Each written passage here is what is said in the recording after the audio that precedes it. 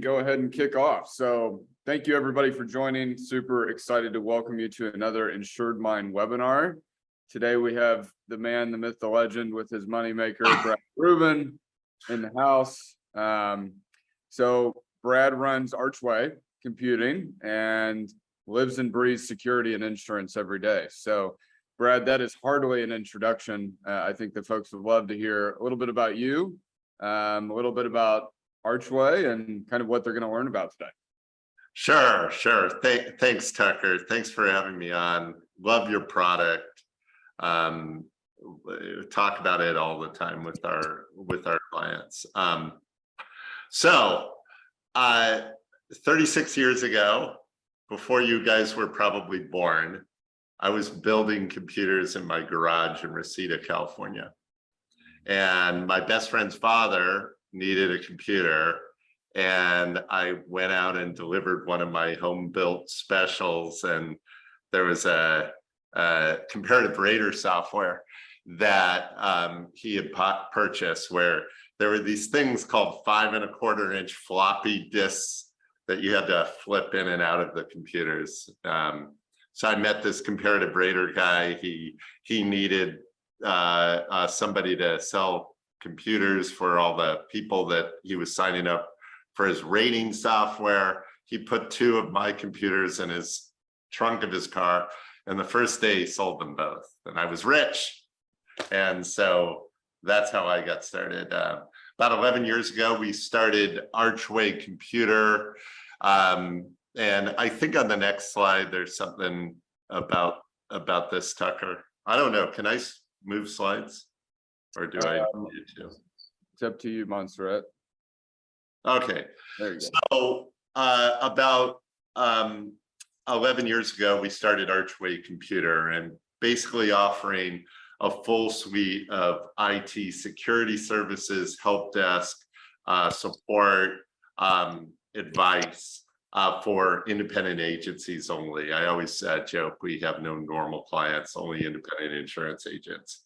And it's just that the technology and the security requirements for an independent agency are very different, I would imagine, from a lawyer or a doctor or a veterinary clinic. And if a lawyer or a doctor or a veterinary clinic comes to us and says, I need IT help, I say, I can't help you because I can't really add anything to that. Can you go to the next slide? So we support 225 independent agencies all over the country. Typically, our CSAT scores lie between 98% and 100%. We try to save our clients money on their agency management system, on hardware, software, internet, VoIP, because we don't sell any products. So we find that our clients on average save about 27% using us. I want to get off the advertisement thing, so let's go on to the next slide.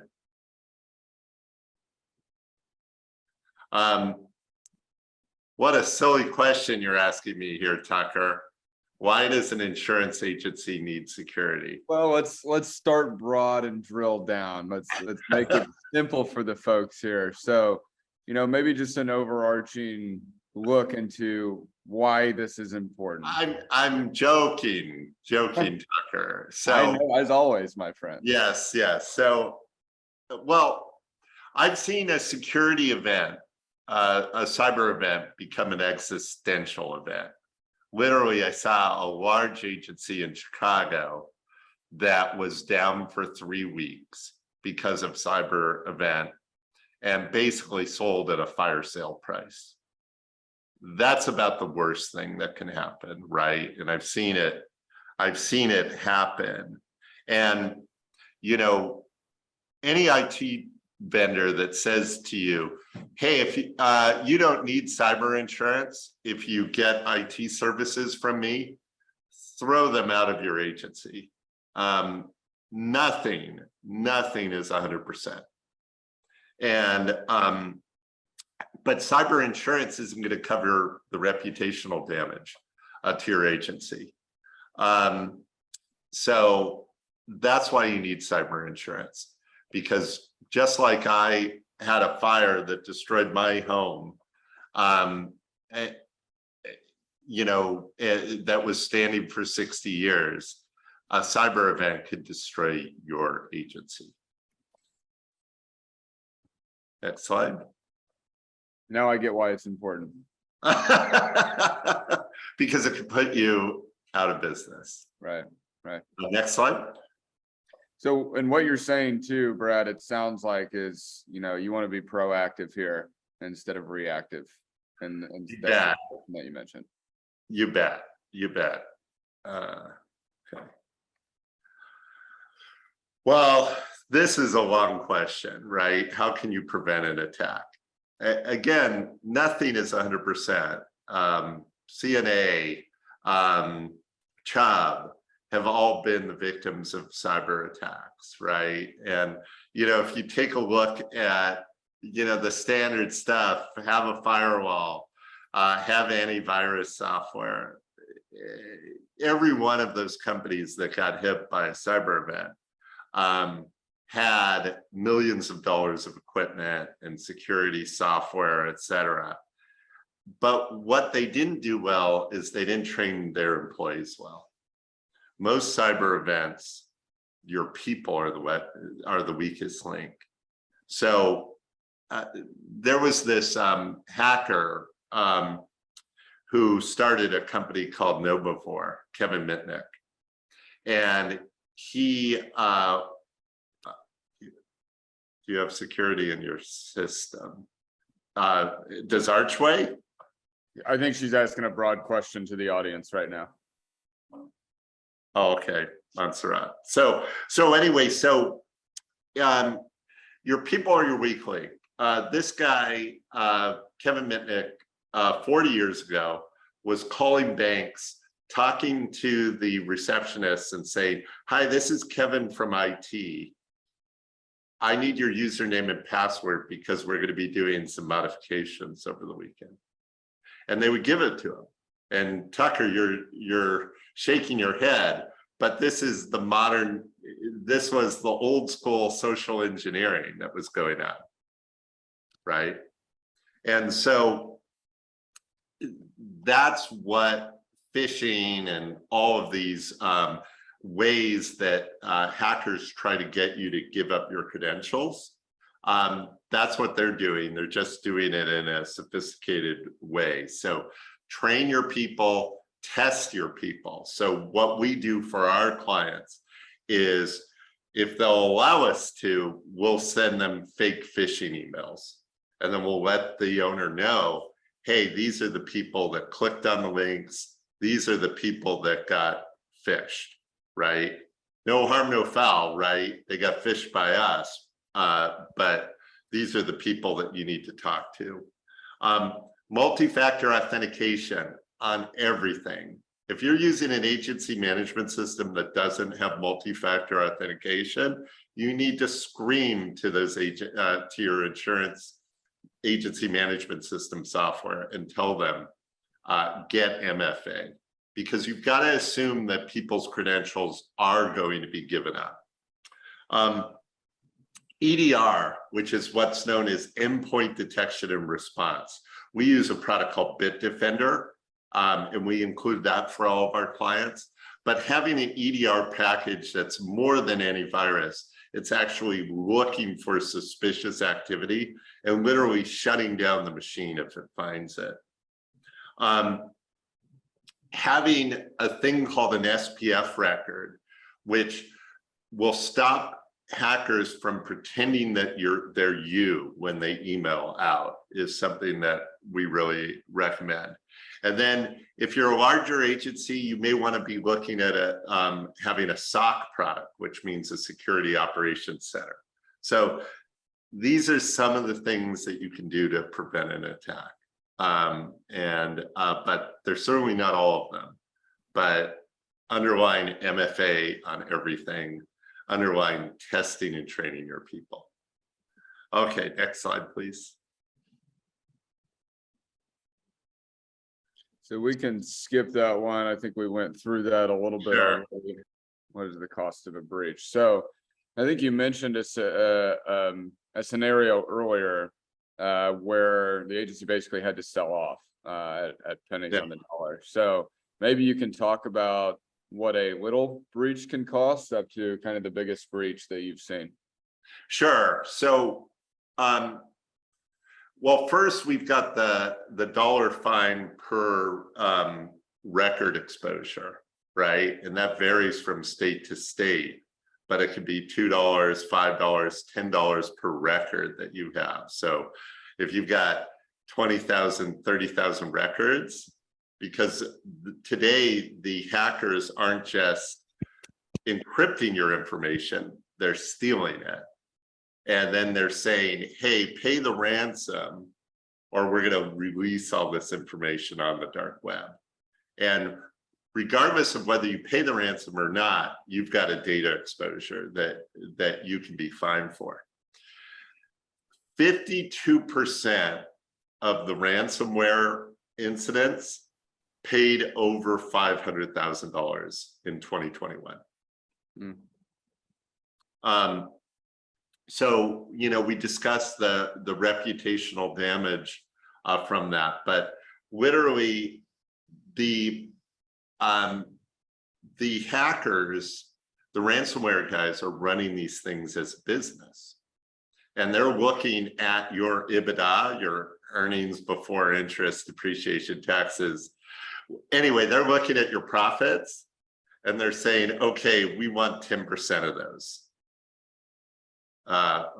And so we have an agency who had an insured that wasn't able to pay the ransom. The ransomware guys wanted $6 million. And the reason why I wasn't able to pay them was because they were on the terrorist watch list. And so the government of the United States wouldn't allow them to, and neither would their cyber insurance. So help me understand, Brad, it's legal though to take data for ransom. It sounds like, as long as you're not a terrorist. Like, this is something that well, it's illegal to pay to Right. get your data back. It's not legal for what these folks are doing, but Right. these folks are doing this anonymously, and they're doing it from countries where we have no sort of jurisdiction. Interesting. Yeah. Interesting. So recapping, you know, it can be as small as a fine, but as big as losing your business, and anywhere in between. You bet. You bet. Gotcha. Where do you start? I think is the next slide. Yeah, Montserrat, if you want to click through to the next slide. So yeah, I'm sure with insurance agencies, you know, maybe this is new for them completely. Maybe there's no plan in place. Maybe you've got, maybe it's a son taking over for his father in the insurance agency, and you know, they've never had a plan outside of the normal succession plan for taking over the business. So how do we get started? Well, just recognize that you can't do it yourself, right? You have to be proactive about these security threats, et cetera. And there's no way a single person, there's no way Bill Gates could keep a business by himself secure and compliant. So just, you know, it's almost like those 12-step programs. You've got to realize that you've got a problem that you can't solve yourself. I would say, you know, call an IT professional. It doesn't have to be Archway, right? Call somebody who specializes in security, that maybe specializes in the insurance space, and preferably a company that is not what we call a trunk slammer or a break fix guy. They were fine 20 years ago, before there were viruses and all the cyber threats that there are today. They were fine, but a break fix guy is not going to stay sort of ahead of things. So that would be what I would say. Talk to other insurance agencies, talk to people in your community. Who are they using? How are they keeping themselves safe and compliant? That's what I would do. So gather information to start, whether it's from a consulting group like yourself or an agency that's been there, done that before, and then start to build your plan. But just the recognition that even a small agency, you just can't do it yourself, and that the damages are just so, potential damages are so high. It's like me having home insuring my home myself. Oh, I could rebuild it, no problem. I couldn't Yeah, win it. it's almost a practice what you preach, right? If you're selling insurance and that's your job, why are you not ensuring that your business is protected? Exactly. Fix your slides here. So what are the 5 top things? You know, like I said before, cyber insurance, have it, right? When you have a cyber event, a good cyber insurance policy they're going to provide you with technical people to help understand what the nature of that cyber event is, what the reporting requirements are for that cyber event, and help in fixing it. So cyber insurance. Patching, right? We have Microsoft is constantly coming up with updates, security updates to their systems that need to be installed, right? We do a lot of these system reviews, and we'll do these system reviews for free for your clients, Tucker. But we'll see just so many systems that haven't been patched in years, right? And they're just open holes to things. I mentioned endpoint detection and response, you know, upping your antivirus game to a product like that, multi-factor authentication, and then understanding that having an SPF, which will prevent people from emailing from their server, like they're you.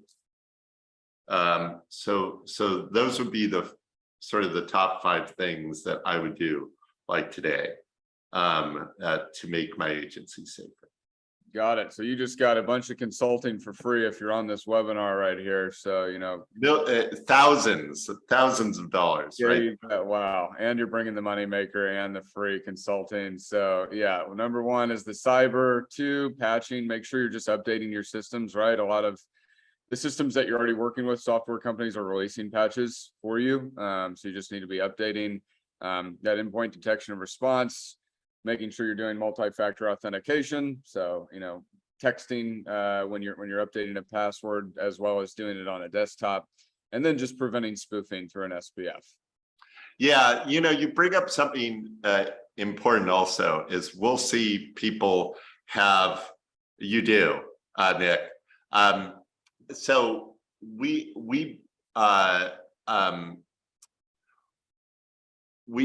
I'm sorry, I lost my train of thought on that one because I saw Nick text in on this.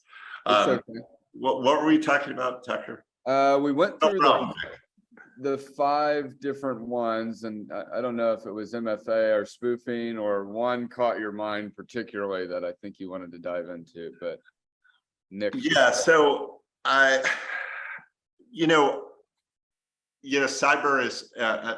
cybersecurity is sort of an never-ending battle, right? And your next slide is about what makes it challenging.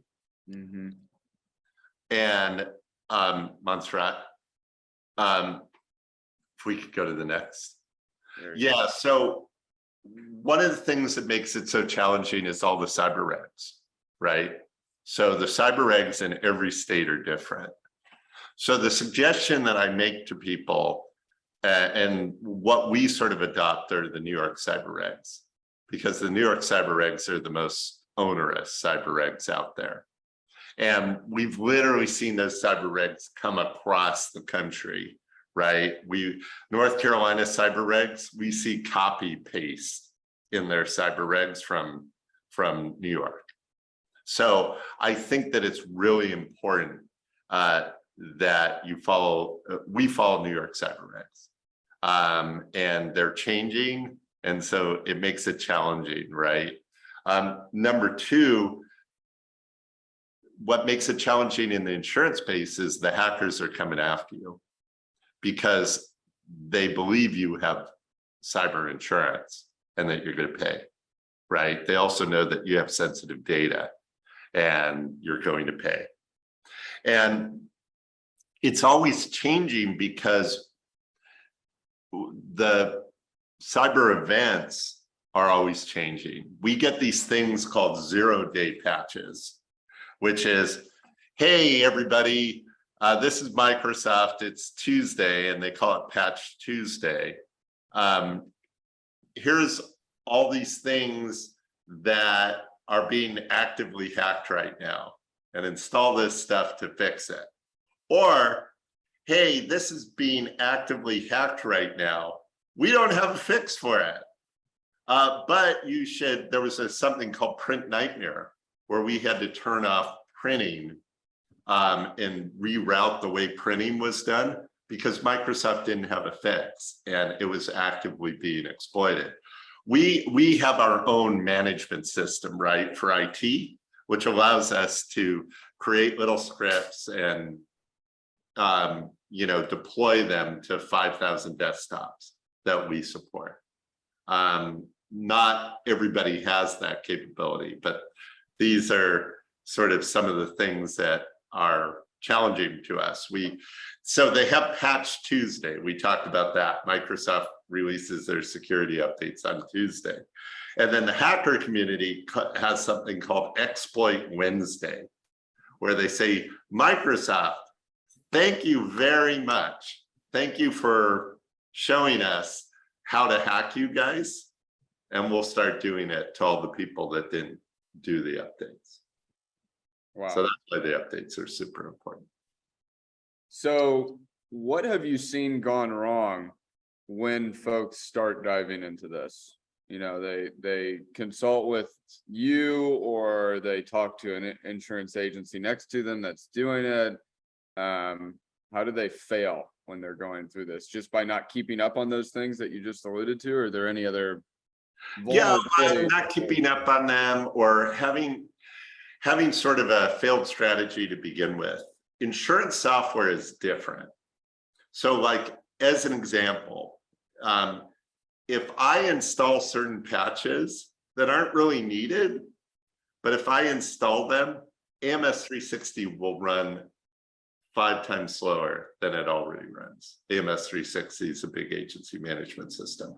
There are patches that I can do that will stop the Epic rich internet client from working, or will make their new browser-based version work really slowly. So it's knowing the specifics of how to patch for the insurance apps that you have. Because look, we can lock things down so that you won't be hacked 100%, but you won't be able to use your computer either. So there's always this sort of fine line of that. There was also the whole work from home stuff. So, you know, people working from home where their kids have installed God knows what on their computers, it's not a good idea. Having a company a computer that you provide that is locked down so that they can't even install that new excellent game that they downloaded from the internet onto that machine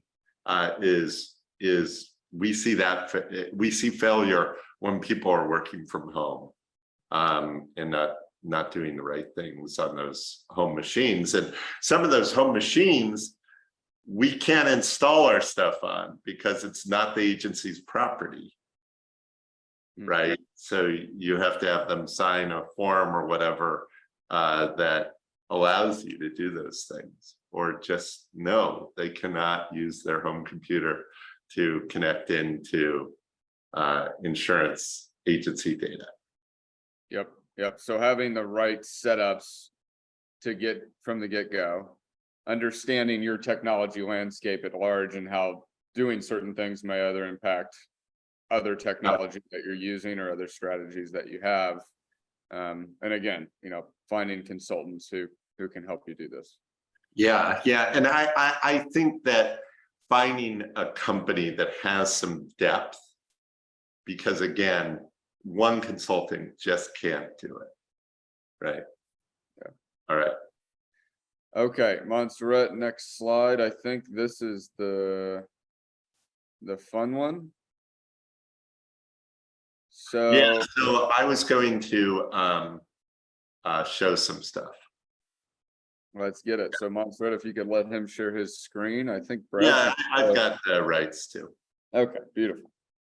So I want to hack Vertafore. So Vertafore has a lot of stuff in there, so it's going to make it really, really difficult. But the first thing I'm going to do is I'm going to try to find out where their email is located. Cool. It's on Microsoft Office 365, right? I use this tool. It's called MX Toolbox. It's free. This information is available. Thank you, Vertafore. So one of the next things I'm going to do is I'm going to run a dark web report for them. And what that's going to tell me is all of the passwords that are on the dark web right now. Now, note these stars on the dark web are there so that I'm not actually showing you their entire password, right? But on the dark web, those stars don't exist. The whole password exists. This up here is an encrypted password. So anyway, it's super important that you constantly get told when your passwords and what they are have been released on the dark web. So knowing that they're on Office 365 and knowing that I've got a password, it might not be the password for Microsoft Office 365, but it may be, I have a password, so that's how I'm going to try to log into their Office 365. And once I get in, that's when all the fun begins. If I don't have their email address, no problem. What I'm going to do is I'm going to write a little robot that's going to go through all sorts of websites, and it's going to look for email addresses there. So one of the things I always recommend is that you have a contact me form, not your email address there. Because that's going to allow me to send an email to Christy. Hey, this is Cindy, and I need you to buy those 20 gift cards that I was telling you about before, etc. Don't post stuff on your social media because I'm going to see it as a hacker, and I'm going to see that you're in Costa Rica, and then I'm going to write emails which are called spear phishing, really targeted based on what I see on your social media. I'm going to also check to see if you've got an SPF on here. So these folks don't. And basically what this shows me is all the ways that they send emails. And then if you see this tilde all, it means also accept emails. The internet should accept emails from any other Exchange server or mail server out there that says that I'm from this agency. So this is the way that I'm going to send emails to your clients, especially once I've gotten into your email address and I'm reading all your emails and everything. This is how I'm going to send emails telling your clients, hey, I pay this policy to my account, to my hacker account. Does that make sense? Am I making sense in some of the techniques that I'm talking about here? Yeah, I'm scared a little bit right now, but I think that's Well, look, that's my whole point, is to scare you, Tucker. well, Now, you're I mean, always working. Yeah. yeah, so it's a never-changing landscape out there of security threats. And you need a partner to be covering your back, but you also need cyber insurance. You know, we have all sorts of security that's built into our systems. I'm not going to even mention some of the things that we do because I don't want people to know. Our chief security officer, we don't even advertise him on our stuff, but I still have cyber insurance. And I have as much as they'll sell me, right? And it's expensive. And that insurance app that we got the first time we got cyber insurance had 5 questions on it. What's your revenues? How many people? Here's your cyber insurance. Our last cyber policy, and we just renewed it, was like 30 pages. So the cyber insurance carriers are getting smart to this. Well, yeah, premiums are going up, loss ratios are going crazy. So you would imagine they would have to be a little bit more tight knit there. Yeah, for sure. So look, I want to open up to any questions. I know people are always sort of shy about asking questions, but you know, Brad@myarchway.com, that's the way to reach me. That number will ring to my cell phone here. I'm happy to answer anything. If your IT guy is the brother-in-law that you cannot fire, that's okay, right? Every conversation I have with an independent agent, I learn something, and you know, it's always helpful. And you know, it may be that you aren't a great fit for us, but maybe you know somebody in the community that is. But I just want to be helpful, and I just don't want to see anybody on this call become a victim of cyber attacks. I love it. So any questions for Brad? Now's your time. If you've got anything that's top of mind, we'd love to hear about it. Yeah. Well, look, again, you can always give me a call. You can always call Tucker. Maybe we got a Q&A here. Yeah, you can always call me. Oh, pricing. So Andrew, oh, okay. So, well, yeah, I mean, our pricing is different from other folks' pricing. We charge per user and per additional machine. And we can certainly talk about that. We've never raised our prices to existing clients, but our current price is $75 per user per month, and then $30, I believe, per additional machine. So if you've got a machine at home and you've got yourself in the office, that's what we charge. That includes unlimited remote support. It includes all of our technology stack. We include Zix for email encryption. It's the best email encryption software that's out there. Yeah, that's what we include. What's my feeling on VPNs for remote access? Okay, so I didn't talk about this enough, but we like putting bullet holes in servers. We don't want you to have to use a VPN to connect to your office. So Larry, if that's what you're talking about, we want your stuff in either Microsoft Office 365 which is OneDrive and SharePoint. And then there's this thing called Microsoft Azure. But we want all your data in the cloud. I'm an IT person. I own a 61-person IT company. We haven't owned a physical server in 9 years. All of our stuff is on the cloud, and we really suggest that you get all your stuff on the cloud.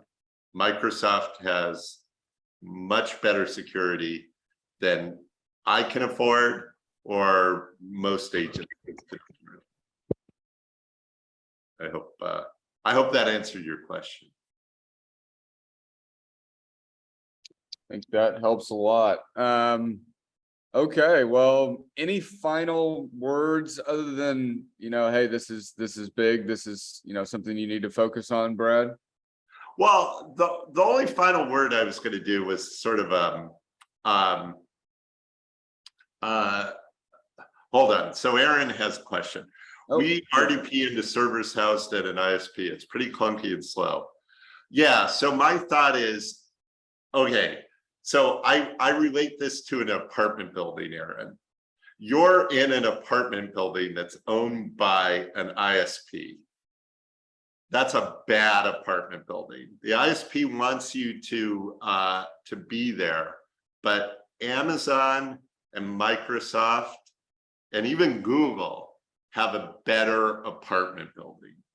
And so I don't like you or anybody having servers housed in an ISP. I think that's, look, I think that's 10-year-old technology. And again, I think Microsoft and Amazon and Google do it much better. And we don't sell any of those products, by the way. We don't sell any products. But that's what I would really recommend. And Aaron, feel free to contact me and talk to me about this in more detail. Maybe there's some reason why you've got all these servers housed at an ISP. Oh, here's something. I would never, ever recommend signing a long-term agreement with an IT company. It's only in their interests. None of our agreements are long-term, right? We only play in the insurance space. And the last thing I need is to have Dick Rice piss off at me and me say, well, you've got 2 more years left on your contract, neener. That doesn't work that way. The insurance industry is a really small place. So just don't get bought by a big insurance company. That's how we lose clients. You're welcome, Aaron. Thank you. Let's see. Tucker, where were we again before I sidetracked myself? Oh, one thing I wanted to say. Guys, look, agency management systems, all they are is back office systems. And we really like InsuredMine, but an insurance agency should first and foremost be a sales machine, in my opinion. And all of these agency management systems that you spend beaucoup bucks on, they really don't do much to automate your front office. So we recommend InsuredMine. I'm sure there are other products out there, none of which I know of at this time, Tucker, but automate your sales process, use technology tools to help you sell better. We certainly use them for our business, and it's really helped us grow. During the pandemic, we've tripled in size. So use those technology solutions. Brad, I'll make sure to get your check in the mail for the plug there. It's fine. I didn't even tell Brad to say that. Honestly, I didn't. But hey, no, but I believe it, Tucker. I mean, it's these folks spend so much money on their management system, and management systems are important, but they just automate the back office. We would agree. It's the policy and product focus versus the customer journey focus where we focus. And that's kind of how we pitch it. So Great to hear it. I've learned a ton today. I think everybody here has probably come away with at least one thing, hopefully. I'm going to be playing around on MX Toolbox myself after this and some of those other. I used to use that. I used to use that at a previous company that I was at because we only sold to people that were either using Gmail or Outlook, which is the majority of companies. But it's fascinating stuff. Well, there's this website, www.mail-tester.com, where you can go in and you can see how deliverable your emails are. It's kind of an interesting site to check out also.